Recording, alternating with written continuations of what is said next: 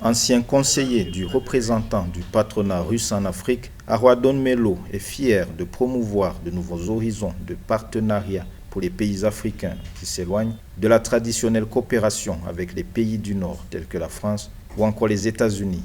L'ancien ministre de l'Équipement et de l'Assainissement de Côte d'Ivoire sous Laurent Gbagbo soutient une industrialisation de l'Afrique en partenariat avec les BRICS, ce groupe de 5 économies émergentes comprenant le Brésil, la Russie, l'Inde, la Chine et l'Afrique du Sud. Les nouveaux rapports entre l'Afrique et les BRICS, c'est des rapports qui sont définis par les Africains eux-mêmes et donc qui tiennent compte de l'aspiration des peuples africains. Et les peuples africains aspirent à deux choses fondamentales, la souveraineté et l'intégration de leur économie. Ce qui veut dire beaucoup d'infrastructures, beaucoup d'industries, une capacité de formation et de recherche et une capacité en matière de santé et aussi en matière culturelle et sportive. Et je pense que les BRICS constituent un partenaire privilégié pour faire ce saut-là d'une économie primaire vers une économie secondaire.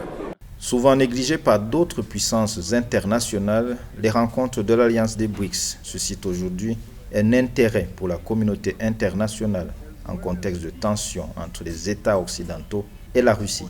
Les liens entre les géants de l'économie mondiale membres des BRICS et l'Afrique devraient être renforcés après le sommet Russie-Afrique tenu les 27 et 28 juillet et en perspective du 15e sommet des BRICS prévu du 22 au 24 août à Johannesburg.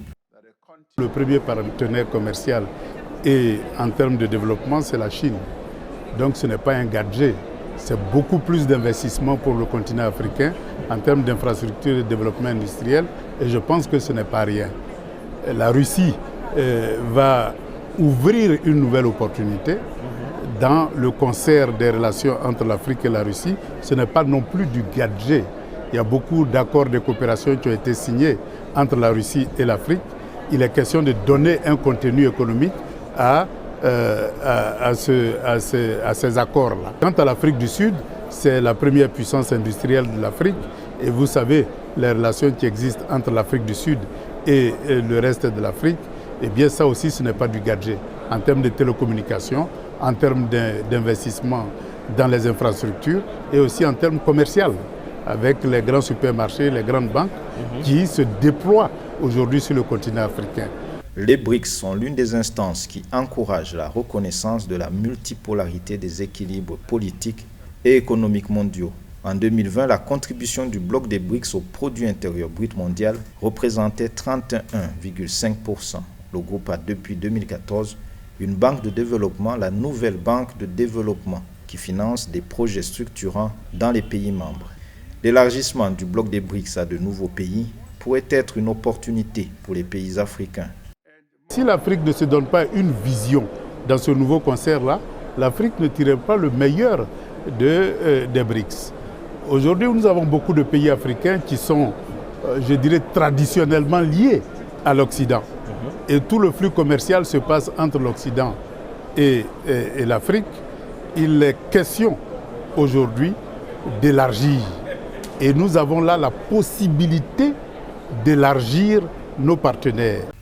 À l'image de son engagement dans l'Alliance des BRICS, Aradon Melo a une flamme patriotique qui reste allumée depuis ses années d'études en France, où il est sorti, nanti d'un diplôme d'ingénieur des ponts et chaussées avant de revenir gérer, entre 2000 et 2011, le Bureau national d'études techniques et de développement de la Côte d'Ivoire. Fidèle à l'ex-président ivoirien Laurent Gbagbo, Aradon Melo a rejoint le Parti des peuples africains à sa création en 2021, assumant à ce jour les fonctions de vice-président chargé de l'implantation du parti en Afrique et de la promotion du panafricanisme.